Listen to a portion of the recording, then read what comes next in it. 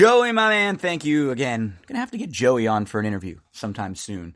We can talk a little bit about Joey and his music and our friendship in high school. Hey, everyone, thanks for tuning in to another episode of That's What G Said podcast. You can tell I'm a little under the weather, a little sick, but hey, I'm gonna power right through it. I've got some performance enhancers. If you hear something slapping around in my mouth a little bit, it's a cough drop. So yeah, broadcast professionalism at its finest. But hey, it helps. It helps a little bit and helps me able to just keep talking and not feel that little tickle in the back of the throat. How's everybody doing? Feels like I haven't had a lot of talking recently because last week we only had a short show. Was in Texas for visiting girlfriend and family. Seem to be doing a little bit better now. Keep Stephanie's dad in your thoughts and prayers. He is having some surgery, so well, that positive energy, we'll take plenty of it. Same thing with my dad. He's getting a little bit better too. He's had some surgery and had a kidney stone issue and then some prostate stuff, but he's feeling a little bit better. So hopefully on the mend. Now we can focus back in on the important stuff, like who's in the finals of the best animated Disney movies. So we're going to go to The Lion King versus Toy Story. It started out with 128 movies down to Toy Story versus The Lion King. What do you guys think? Are those the two best animated Disney movies ever? Are we way off? I mean, don't get mad at me. You are the ones all voting on this. Follow along on Twitter. It's me, Gino B. So is it The Lion King? Is it Toy Story? We will find out oh so soon. And then next up, it's going to be best wrestling movies because it's SummerSlam week. And we're going to talk a little bit of WWE today on the show. And then we're going to have on the next episode, Chad Cooper is going to be coming on. We're going to do an interview with Chad. We're going to break down the SummerSlam card and talk a little bit about All Elite Wrestling and just kind of wrestling in general. What's cool when we discuss with Chad on the next show, we'll be able to hit a ton of different topics. So really looking to that, looking forward to that interview. Before we jump into the different segments in this show, I'm going to talk a little bit about Orange is the New Black, the show. It was the first real big Netflix streaming show, and it kind of changed the way that we consume content online and TV shows in particular. So I'm going to talk about the show a little bit. We'll break down a bit of what happened to close things out. We'll talk some Hard Knocks. Watched episode 1 of Hard Knocks with the Raiders. Going to give my thoughts on that. We'll get into some horse racing news and then some plays. Del Mar Thursday, have a play for you. And then Colonial Downs, opening day is Thursday. So we'll have a couple plays from Colonial Downs. Close things out with a little WWE discussion. On this day, August the 7th, I noticed there were a lot of big stars, big events that happened on this past August the 7th. Let's go back to 1907. Walter Johnson wins his first game ever, the first of 416 career wins. Legendary pitcher, the Washington Senators got the W in a 7-2 victory against Cleveland. How about Babe Ruth, 1929? Yankee slugger Babe Ruth tied the MLB record by hitting grand slams in consecutive games for the second time. Let's see, where are we going to go next? 1956, Boston Red Sox slugger Ted Williams was fined $5,000 for spitting at heckling Boston fans. It was his third incident in 3 weeks for the feisty Ted Williams. In 1960, Arnold Palmer's 20th PGA Tour win. 1972, couple all-time greats inducted into the Baseball Hall of Fame, Yogi Berra and Sandy Koufax. 1992, the Orlando Magic signed Shaquille O'Neal, the Diesel, the Shaq Daddy. Love Shaq, obviously, as a Laker fan. And then another Laker bit of news. In 2000, Lakers announced the retirement of former star player and executive vice president of basketball operations Jerry West. They named Mitch Kupchak to succeed him. And we've seen Jerry West be very successful everywhere else he's gone so far, right? Even in Memphis, people don't talk about Memphis. He did a great job there. got them turned around. Golden State, now the Clippers. If not the best, you'd have to, maybe Theo Epstein? I mean, if we're talking all-time greatest executives, it's got to be Jerry West on the very, very short list. 2004, Cubs pitcher Greg Maddux. Maddux was one of my all-time favorite baseball players. I absolutely loved him because he was so cerebral. He wasn't more talented than you. He painted the corners. He never threw 90, 95. Just off speeds, changing things up, perfectly placed. Got his 300th career victory. Greg Maddux. And then in 2007, Barry Bonds hit career home run 756 to break Hank Aaron's long-standing record. 2010, another Hall of Fame in the NFL with a couple greats, Jerry Rice and Emmitt Smith, both inducted in 2010. In 2016, Michael Phelps was part of the men's 4x100 meter freestyle relay team at Rio. He earned his 19th Olympic gold medal, record number 19 for Michael Phelps. It was a big day. Former August 7th, on this day, on July the 11th, 2013, Netflix most watched original series began. Orange is the New Black is the most watched original series ever on Netflix. 7 seasons, 13 episodes each, 91 total episodes, nominated for Emmy Awards, Golden Globe Awards, British TV Awards, Grammy Awards, SAG Awards, TV Critic Awards, nominated for 155 awards, 146 of them so far. They've had 6 different actresses nominated for individual awards, which is incredible, and it really goes to show the strength of the show. Because what this show is, it started about Piper, the life of Piper Kerman, who served 13 months in jail. In the show, she served 16. She was sentenced to federal prison for money laundering and drug trafficking. And the show is based on the written memoirs of the actual life of Piper Kerman. What's incredible about this show is it just changed the way we watch TV. First of all, this is a massive cast and almost entirely female. All of the major characters are female. They're all ethnic. And it's not like a show where there's 5 people and you have one white guy, a black guy, an Asian, a female. It's like, it feels like when you watch shows, sometimes they have to check all of the ethnicity boxes. I mean, this show was not like that at all. There were so many women coming in and out that you never really thought of it in the terms of race, because it was just such a mixing and a melting pot. It was just unlike any other show we've seen. So it takes us through the story of Piper, who she's sentenced to jail 10 years after the drug trafficking and the money laundering. So this woman, who, like many of us do, has kind of I don't know how many of us were money laundering and drug trafficking, but we all rebel a little bit when you're late, teens, 20s, middle 20s, until you kind of figure things out, and then maybe you settle down a little bit more. And that's what happened with Piper. She had settled down. She had a family, or she was engaged now.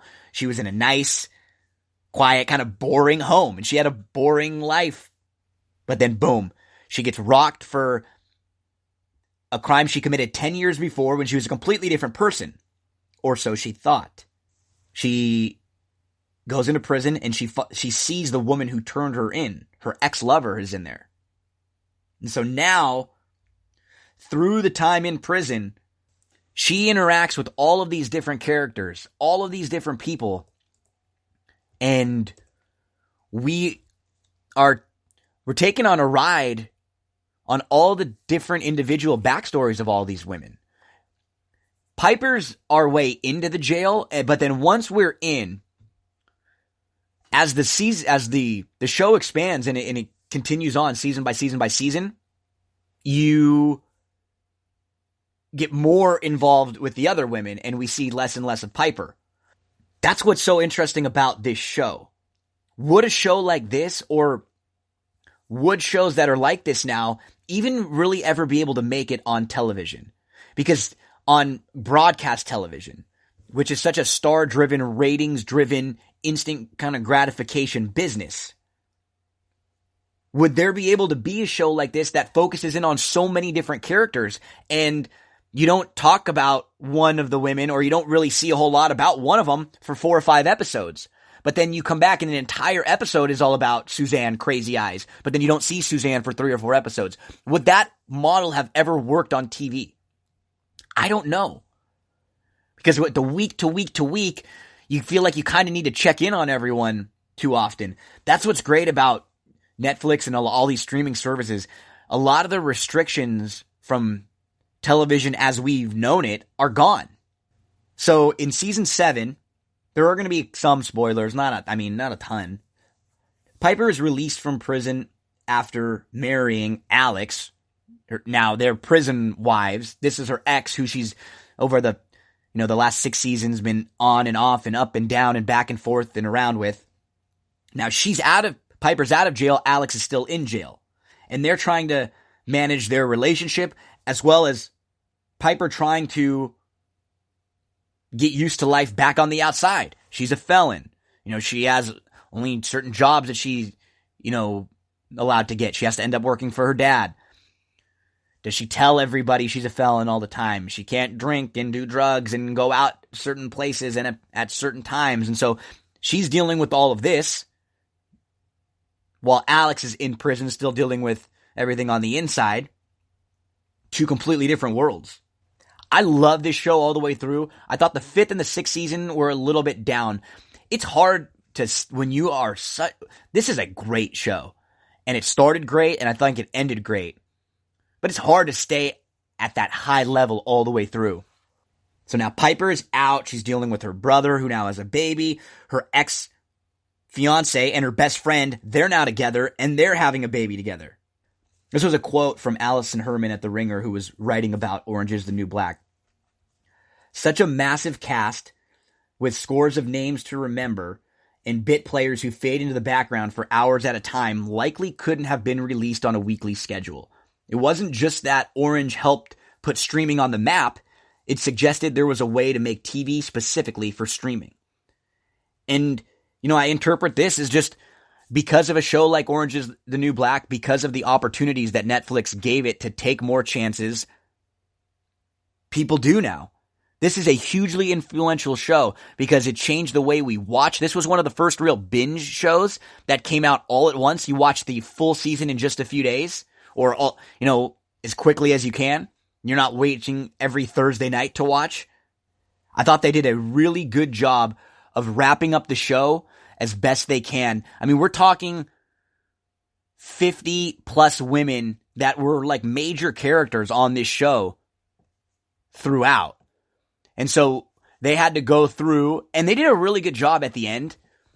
Just because in the last season, you didn't have all of the character stories, but in the very last episode, they went through and they showed you how everybody was going to end up.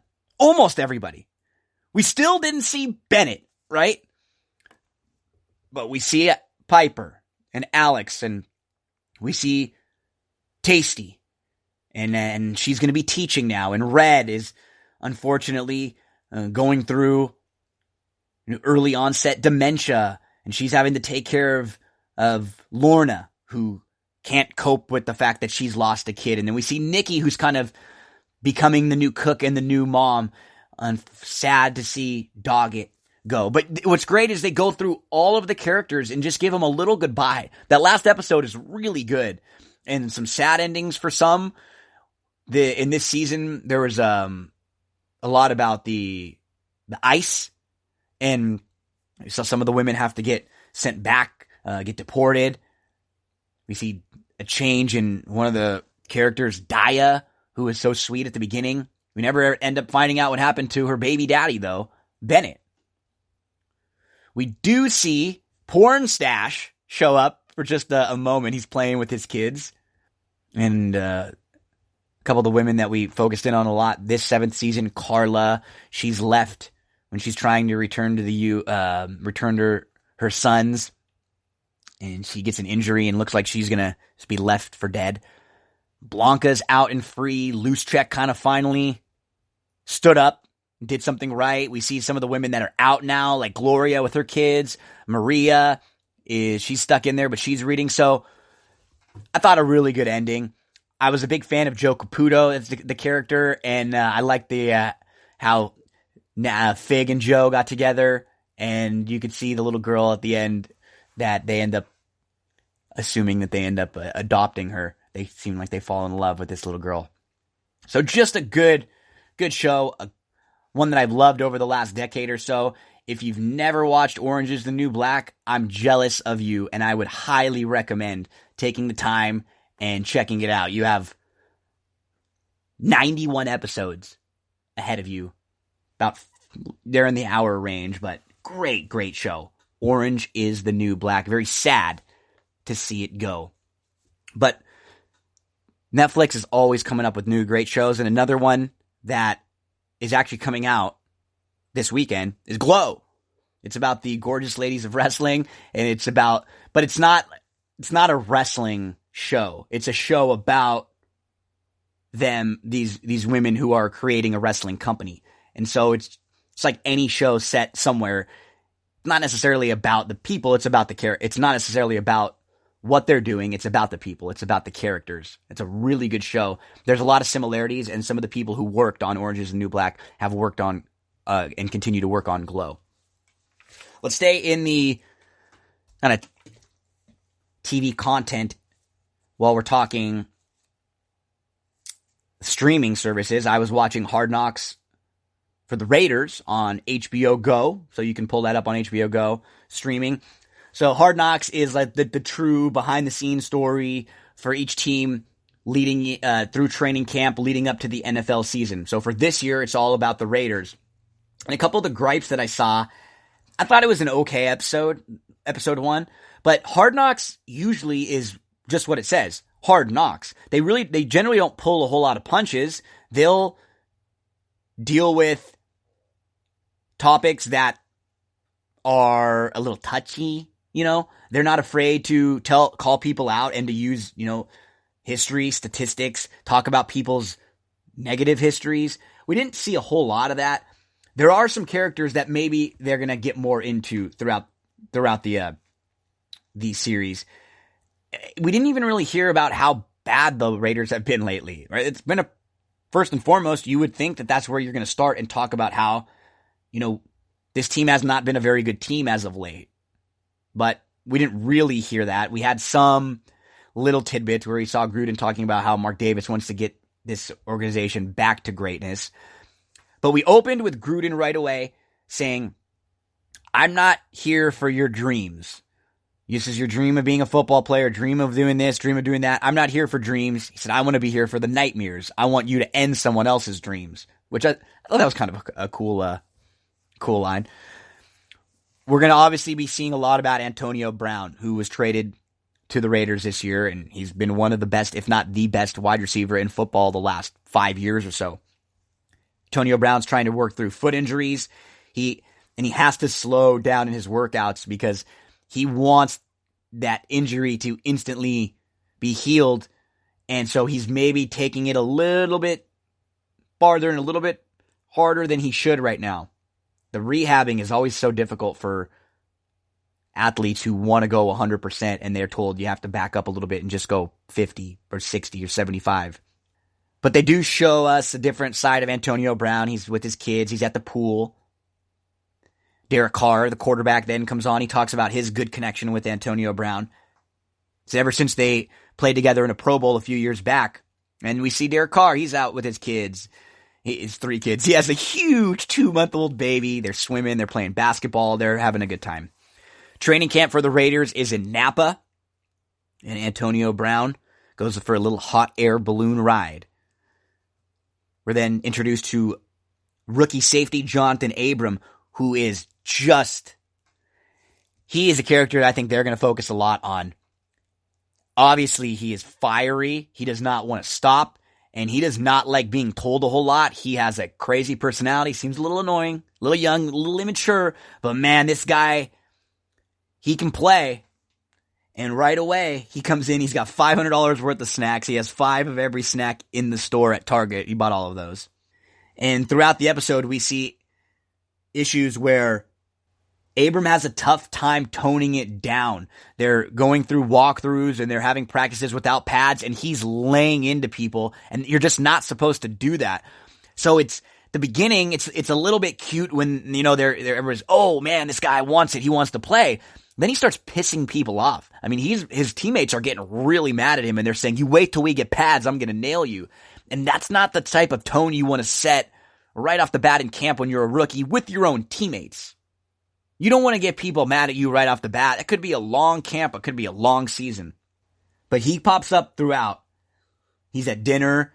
He's talking about the filet mignon or the salmon and the salmon, and he said he's never going to change. And you could see Derek Carr's out at dinner with him, and he's trying to teach him. He's, hey, you're going to be going to places like this now. Maybe we got to teach you a little bit, and maybe he's going to school him a little bit of how to correctly pronounce some of the names and maybe how to act a little bit. But he said, I'm never going to stop being me. And Derek Carr agrees. Don't stop being you. Maybe just tone things down a little bit.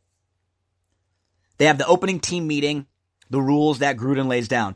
Don't be late. Don't be overweight. Bust your ass. Use common sense. No rookie hazing. They're out on the practice field, and Derek Carr put some sunscreen on, and everyone is just ripping him and making fun of him because it looks like he baby oiled his arms up. He's got a sleeveless shirt on, and so his arms are just glimmering, and it looks like he just everyone's coming by. Did you oil those arms up? You baby oil those things, didn't you, for the camera? Look at you. It's pretty funny. And we see Antonio Brown's kids. They are asking, where's Roethlisberger? Dad, where's Roethlisberger?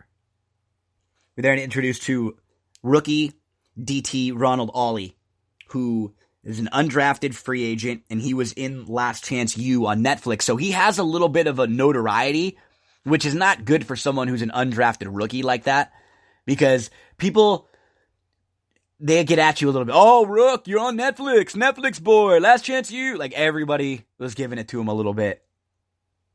And we see Quentin Bell, who's also a rookie D-end. He's a roommate of Ollie, and he used to watch him on Last Chance U. So he's saying, man, that's weird. I used to watch you, and now we're roommates. And we then see a couple rookies, Abram and Clellan Ferrell. They're riding horses. Abram actually knows horses very well. His family, you could tell he's grown up around it. He knows just the horse's tendencies, and he handles himself really well around a horse. We then see Ronald Ollie again, who has a hurt Achilles. His left side was aching, and then not only is he missing time now because he's injured, he missed a treatment appointment in the morning with the doctors, which you're an undrafted free agent. Now you're banged up, and then you're missing treatment. You're just not sending good signs that you want to be here and that you're going to go above and beyond. So they cut him. Just like that, Ronald Ollie's cut. And it shows you how quick. One guy in, next guy out. Westbrooks comes in. He takes his number 63, which Ollie just had. Boom, instantly you're replaced. It's a business. You see rapper G-Eazy show up there. Guy Fieri shows up there, big Raider fan. And then Richie Incognito is one that I'm sure will get some focus. Remember Richie Incognito with the bullying story a few years back? He has been highly controversial. He's suspended for a couple of games to start the season. He's retired. He's had run-ins with coaches and players all throughout. And apparently he wants to clean things up. He wants to change things and how he's looked at. We'll see. That'll probably be a story over the next, how Richie is able to deal with his teammates and how is he leading? Is he acting the correct way? Next week's episode is going to be the practice with the Rams. So we're going to see lots of Rams, Sean McVay, and we'll see some of the interactions with the Raiders and the Rams. We will recap every episode of Hard Knocks this year, Hard Knocks Raiders. Let's get to some of your horse racing news. There will be a $20 million inaugural Saudi Cup. Saudi Arabia will host a $20 million race in February next year. The country's racing authority and members of the ruling family announced on Wednesday. The race, called the Saudi Cup, scheduled for February 29th, would be 4 weeks after the Pegasus World Cup and 4 weeks before the Dubai World Cup. And, I mean, this would be huge, right? A $20 million race like this, it would be capped at 14 horses. The winner would get $10 million. Second place would get $3.5 million. Third place would get $2 million. Fourth, $1.5 million. Fifth place finisher still gets $1 million. And horses finishing through 10th would get a portion of the purse. Would also have a large undercard. They want to have the richest race in the world. And that's what we've seen, kind of a battle between Dubai, the Pegasus World Cup. They've wanted to be the richest race in the world. It could be huge. You never know when something like this is out, but I mean, that's the thing about money. When the money is down, the stars are going to come, right? I think plenty of horses will ship in. Plenty of people will take a swing for that $10 million to the winner. Wow. Some other recent horse racing news. Omaha Beach, back in training. Third official work back was on Sunday, August the 4th. It was 5 furlongs in 59.80. Was the fastest of 75 at the distance. Mike Smith was up just after winning on McKenzie. He came back and worked Sunday morning. Remember, Omaha Beach was scratched 3 days before the Kentucky Derby with the entrapped epiglottis. Pointing to the Shared Belief Stakes, August the 25th at Del Mar, 3-year-olds going a mile. Kofivi, extremely impressive, winning the Grade 1 test. Sat just off the pace behind Serengeti Empress. The goal for Kofivi is the Breeders' Cup Filly and Mare Sprint.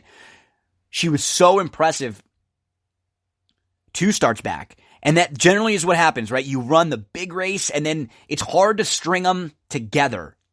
That's what we've seen with really good horses. You can run really well, but if you run a monster performance, the next one is just not likely going to be that good. That was the case for Kofivi, and then she just came back with an incredible performance. The fact that she can sit off the pace a little bit, if she's outside a speed horse, that shows that she has a different dimension. Extremely impressive from Kofivi. The Bob Baffert 2-year-old, one of the most impressive 2-year-olds we've seen. 8 rings. Won first time out of the box at Del Mar over the weekend.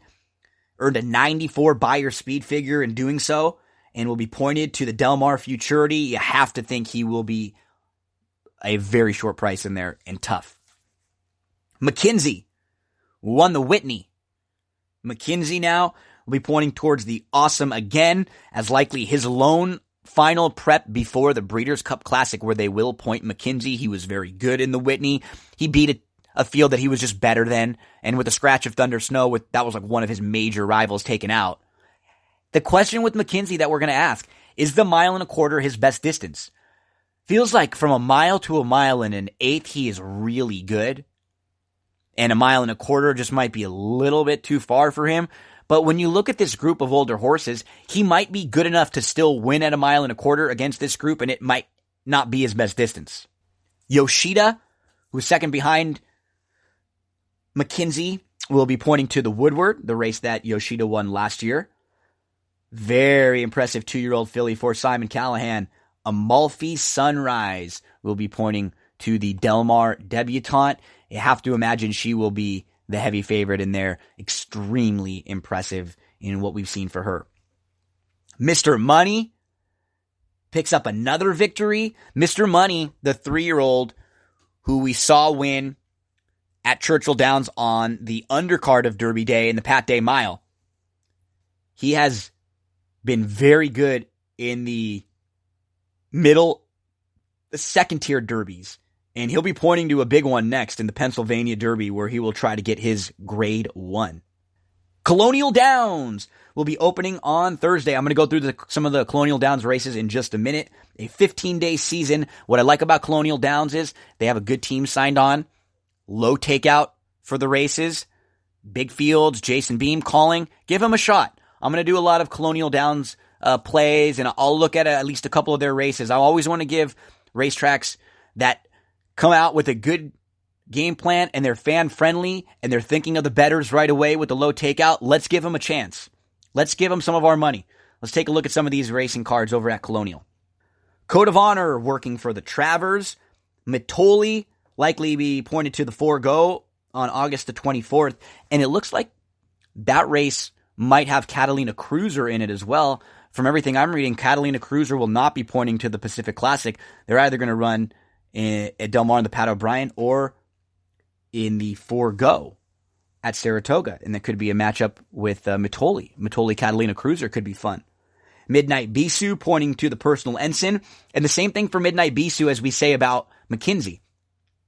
They're probably your best older male and best older female, but do either one of them want to go the 1.25 miles and the true classic distances? McKinsey, probably a little bit better, shorter. Same thing for Midnight Bisou. 1.1 miles seems perfect for her. A couple other Asmussen horses. Xiramid, pointing to the Saratoga Special.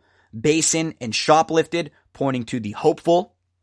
The Arlington Million is this weekend. A couple of the races and the fields. Arlington Million, Bricks and Mortar is your 8-5 favorite. Robert Bruce 7-2, and Magic Wand at 5-1. Magic Wand is cross-entered. She's also entered in the Beverly D. Sister Charlie is the 8-5 favorite in the Beverly D. Fleeting is 5-2, and Magic Wand 3-1 if she goes in there. And then in the Secretariat, Fog of War, Faraway Kitten, Valid Point, and Crafty Daddy. They're your top choices. Fog of War is 3-1, Faraway Kitten 9-2, Valid Point, and Crafty Daddy both at 5-1. Gonna get to some of your recent posts. I had asked for some folks to give some of their thoughts early on in how the Saratoga and Del Mar meets have done for you. Let's get to some of your posts. Corey the Dog says, nothing for me but airball tickets one after the other. Corey, I have had a struggle to start the meet also. Just, we'll get a good one and then nothing good and then can't just seem to connect. Don't worry, they're coming. Corey the Dog. Doug Beckham. What? Glenn Michelson says, many people disagree with me, but I did not like what the stewards did. They took down a 40-1 shot at Saratoga the other day with the kid riding, and the Ortiz brothers ended up 1-2. Didn't bet the race, but I thought the pre-DQ winner was much the best. Yeah, there have been a lot of really bad disqualifications at both Saratoga and Del Mar, just back and forth. I would have left that one alone. Glenn, I completely agree with you. Great to hear from Glenn.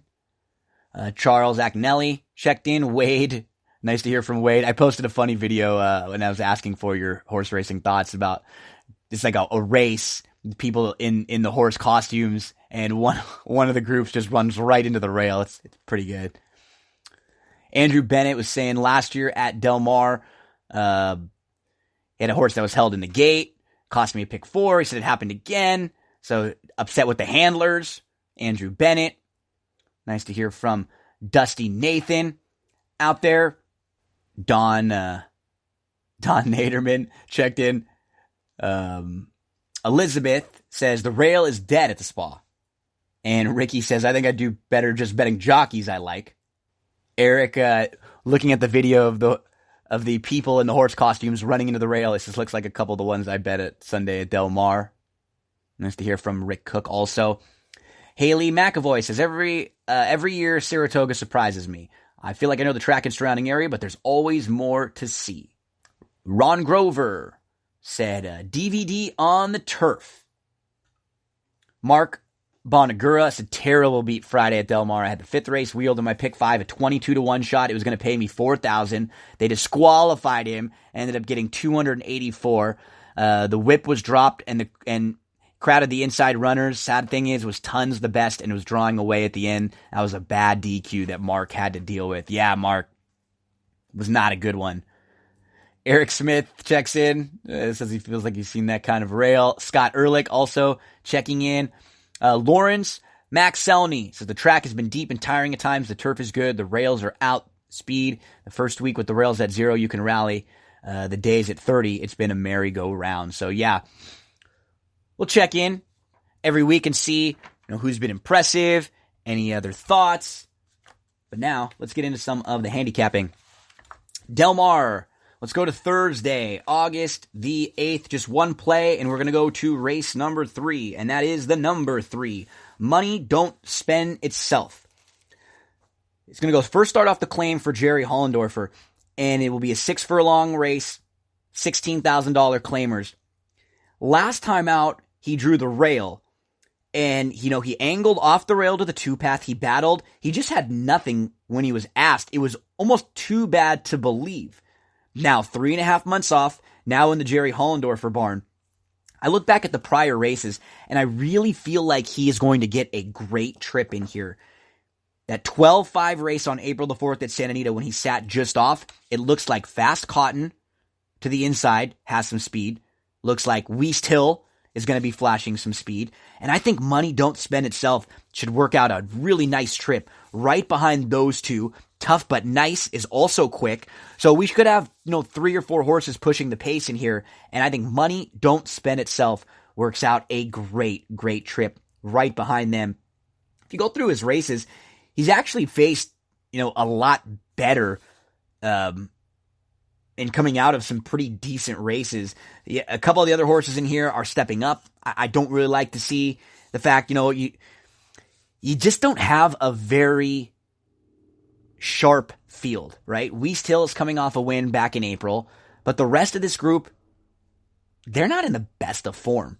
Money Don't Spend Itself. It's a great trip. Could be a single for you in some of the early exotics if you play that early pick 5. It also starts the late pick 5. But we'll play the early one because that's the one with the lower takeout. So Del Mar, race number 3 on August the 8th. The number 3, Money Don't Spend Itself. Let's get to Colonial. Shout out to Colonial for that card on Thursday. Really good card. It's a 9-race card. I'm going to go through 3 of the races that we like. Let's get to race number 5 at Colonial. And we're going to go to the number 7, Kyra. Blinkers come off today for Kyra. She's a 3-year-old filly. This race is mile on the turf course. It's a maiden special weight, fillies and mares, 3-year-olds and up. Kyra debuted on the dirt in a really, really good race, but she didn't show a whole lot that day. When she went to the grass in her second start, she was really good. She sat a nice trip. She actually took the lead. She finished second at Tampa back in December of 2018. And then her next start on January the 6th at Tampa, she was actually the favorite, and she just didn't really have it that day. Obviously, there was some kind of a physical issue because Kyra didn't race between January and June. So I think you can put a complete line right through that January race. Total excuse there. Came back on June the 28th. It was the first start in, 6 months? Sat just off early, but wanted to go. And she actually had the lead at the top of the lane before fading. Now the slight cutback. Second off the bench, the blinkers come off. She wants to sit a little bit more. She's going to be a little more patient. I think she gets a great, great trip in here. Maybe sitting right behind the one periodical who has a little bit of speed. And Kyra will be tough. Let's make a win wager on Kyra. Anything over 3-1. She looks like a very, very live runner in the 5th at Colonial Downs. The number 7, Kyra. Let's go to race number 8. And the 8th race is a first level allowance. Fillies and mares, 3-year-olds and up, which have never won a race other than maiden claiming starter, never won 2. Mile and a 16th on the inner turf course. I'm going to go to the 8. Zonda. The blinkers on. I think this could be a nice single in any of your late exotics in here. She just looks like the absolute horse to beat. Her first time on the grass was last time out, and she finished second behind a horse named Gardenista, who was your 6-5 favorite. That's a really solid allowance horse who's never been worse than third in 6 grass races. And Zonda was last, almost 10 lengths off, was saving ground on the inside, moved widest of all at the top of the lane, and was a clear-cut second. Well cleared the third place finisher.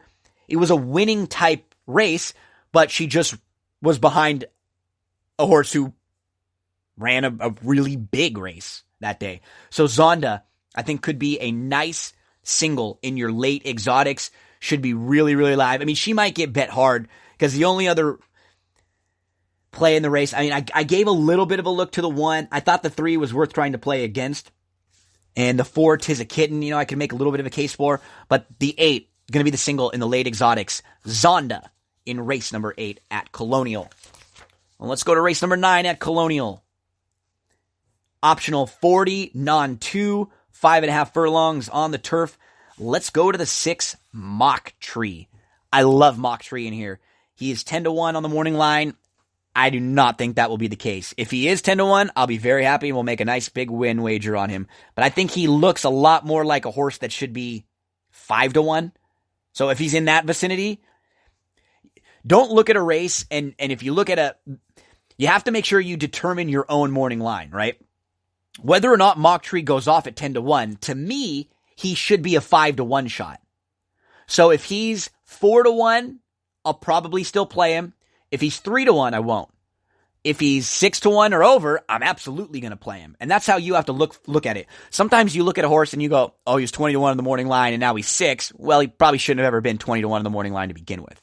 So you handicap how your own line, not what the actual morning line is. You got to make your own and see what are the differences on your own value line. So Mock Tree, let's take a look at him recently. Now he's coming into the Brendan Walsh barn for the first time, a barn that's really good with their new acquisitions. But I'm going to go back to, let's look at his last 2 grass races. Actually, last 3. Look who he faced at Gulfstream Park on February the 24th, Clyde's Image, who's a graded stakes placed runner. And then that April 4th race at Keeneland really was not a bad race. He was right up on the pace early on. And he finished behind Admission Office, who's multiple graded stakes placed. Since that race, Admission Office has finished 2nd and 3rd in grade 2 races. Say the Word won an allowance, was then 3rd in the grade 2 King Edward next out. In still regard as a legitimate graded stakes type. That April 4th race was a tough race at Keeneland. He was 5th and he was only beaten a couple lengths. He really was not bad that day at all, Mock Tree, and that was going a mile. The next couple races, Synthetic at Arlington, off the turf at Churchill, off the turf at Churchill. I think you can just excuse those, right? They are not relevant to this turf race. And then last time out, July the 13th, broke well, but didn't seem very comfortable early on. Took back to 3rd, loomed up at the top of the lane. Was 3 deep of 4, battled, but he faded. It just wasn't the smoothest of trips. Even that in that race, the 4th place finisher came back to win a 40 restricted claimer next out. So your last 2 grass races have been productive. Eckersley is a nice upper allowance type horse. Would be very, very tough in here.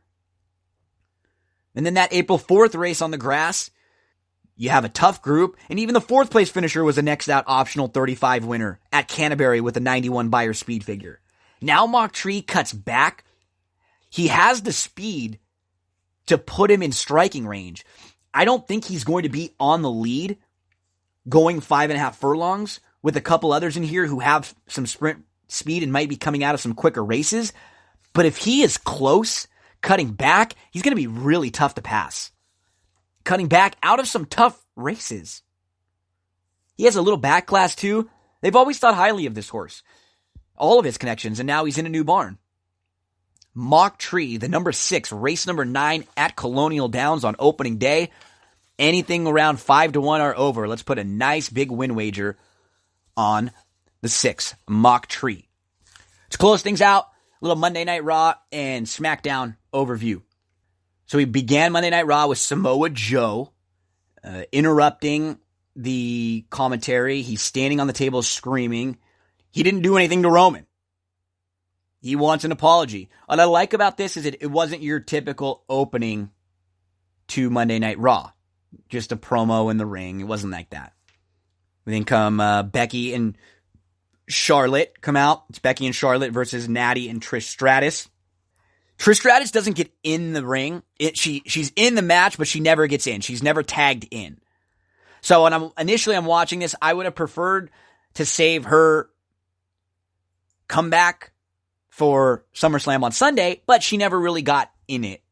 And it was mainly to kind of set up the aggressive turn that we're getting from Natty. Set up both of these matches okay. Charlotte versus Trish on Sunday. We're going to get Becky versus Natalya in a submission match for the Raw Women's Championship. Charlotte tagged herself in. She was really laying on that heel shtick to Trish. And then after a back and forth match, Charlotte ends up attacking her own teammate Becky. She walks off. Trish never gets into the match. Natty then locks in the sharpshooter. Becky gets to the ropes, but Natty will not break the hold. She gets DQ'd. And then Natty shoves her own teammate Trish while Becky sells the knee injury. Next up, it was Rey versus Andrade. And these two have really good chemistry. I love this Rey Andrade match with Andrade with Zelina Vega, as always. Andrade nearly unmasked Rey last week. And it's a real quick pace to start the match. The crowd was really into it. Rey dives through the bottom rope and he hits a sunset flip on Andrade into the barricade outside of the ring. Then a sunset bomb from Rey, some big chops from Andrade. Rey gets caught up in the turnbuckle and the ropes. A big two-footed stomp to the chest from Andrade. A crucifix driver from Rey. I mean, just back and forth action. Double knees from Andrade to Rey in the corner. Another driver by Mysterio. A sunset pile driver for a near fall. Then 619, Zelina distracts Rey in the middle. She ends up costing Rey the 3. Andrade tries to rip the mask off again. That Zelina Vega interference and that assist twice was what helped Andrade get the win. It was a really good match. We continue on with the 24/7 title shtick with Maria and Mike Kanellis. And Maria is at the OBGYN. She tells Mike his one job is to protect her, the baby, and the 24/7 title. He then lays her down and pins her, with the ref dressed up as the OBGYN. R-Truth and Carmella are in the waiting room.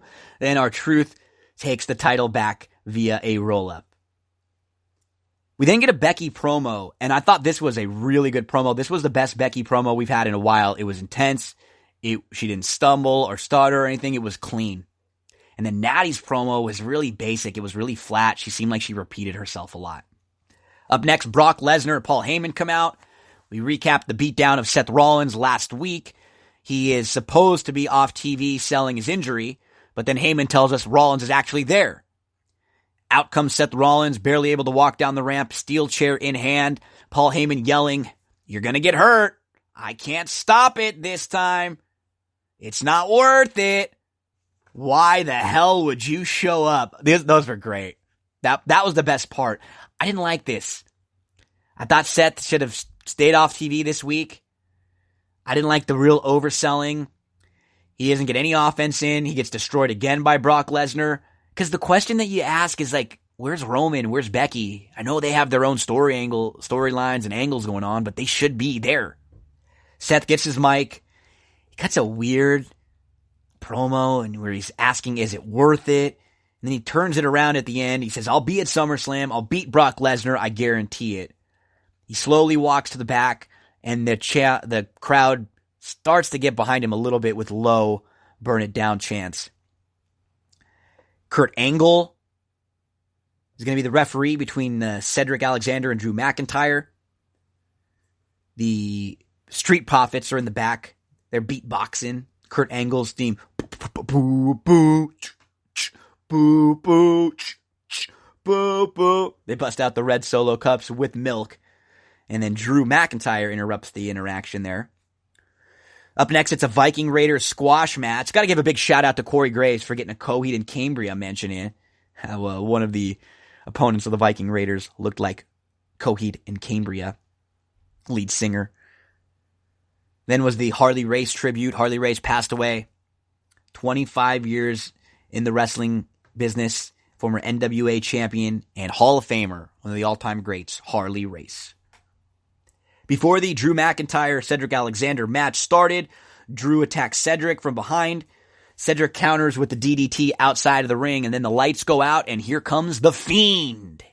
Bray Wyatt attacks Kurt Angle with the mandible claw. Looks like The Fiend will be using the mandible claw. Next up was New Day versus the OC. No, not my friends Ryan, Seth, and Summer and Marissa. We're talking about Gallows and Anderson with AJ Styles. They immediately attack the New Day before the match. Here comes Ricochet. Really formulaic save, but it was a hot save from Ricochet. He comes in. He looked really good doing it. Of course, this leads to a 6-man tag match. The OC gets the win. Samoa Joe comes back out demanding an apology. He goes to the ring to call out Roman Reigns. I don't know if it was what he was wearing and he didn't really sound great. I just didn't like the way Joe looked in this segment. Wasn't a huge fan of it. And Joe is one of the best when it comes to cutting promos in the entire company. He kept repeating himself again. He leaves the ring to go find Roman Reigns. Roman shows up in the parking lot. He's getting out of the car to confront Joe. And then a car comes speeding at Roman. It goes to hit Roman. And he dives back into the car. The cars make contact. Then the car speeds away. Joe gets serious. He actually comes over to help Roman and to look for help for Roman. Triple H is out there. And so now we have a whodunit. Who hit Roman? This was the follow-up last week when all the equipment was pushed onto Roman. It looked like someone dropped it from the forklift. The big whodunit. I think the car incident was done better than the forklift the week before, but sometimes we really have to suspend our disbelief for some of these, right? We had a women's tag team elimination match. Nice job by Corey. Mandy Night Raw, because Mandy Rose and Sonya Deville were one of the teams. Alexa and Nikki were another. Kyrie and Asuka and the Iconics. It was a 4-way elimination match. The Iconics were eliminated first by Mandy. Then Asuka eliminates Mandy and Sonya. And Alexa and Nikki, with the final elimination, they win. They are your new women's tag team champions. To close out Monday Night Raw, we had The Miz in a contract signing. We thought it was going to be Miz versus Dolph Ziggler at SummerSlam. Well, The Miz tricked Dolph Ziggler. Shawn Michaels was in the ring with him, and The Miz told Dolph that he did not sign a contract to face Miz on Sunday at SummerSlam. He signed a contract to face Goldberg on Sunday.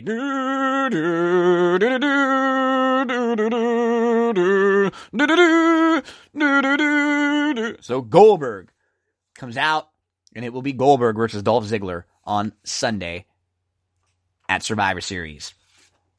On a Smackdown, Charlotte opens up, and she goes to put on a video package, and it is actually a video package of Trish. Trish tricked her. And then Trish comes out. They have their little in-ring face-off. Trish actually slaps Charlotte before Charlotte leaves. I'm looking forward to this Trish-Charlotte Sunday, SummerSlam. Dolph Ziggler does the Goldberg entrance impersonation. You just see Goldberg's music pop up on the Titantron, and then we think Goldberg's coming out, but no, it's really Ziggler backstage. He attacks Rey Mysterio before the match, and he says he's going after the legends now.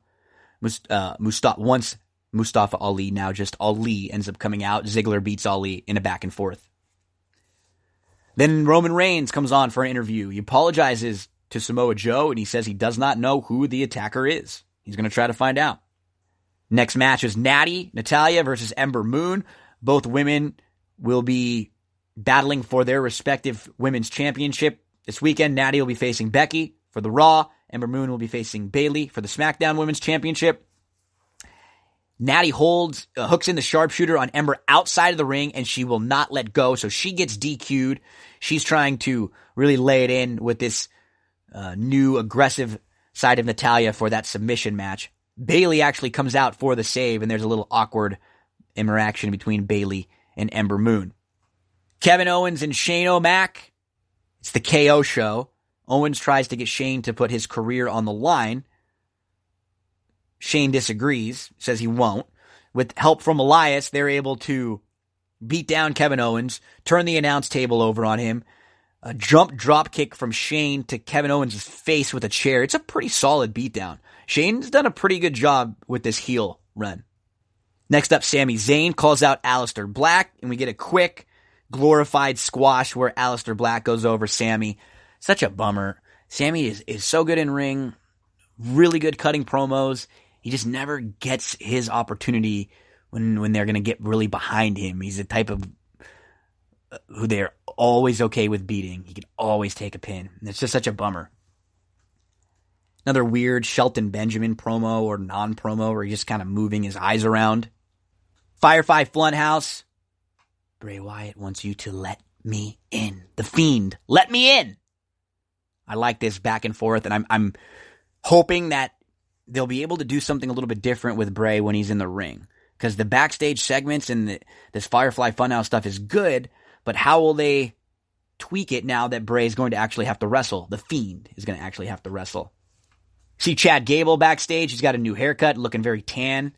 Some interaction with him and Elias. Hopefully we can get a nice little push for Chad Gable after SummerSlam. Tons of talent. Could be a great babyface with his size. Loved the Kofi interview.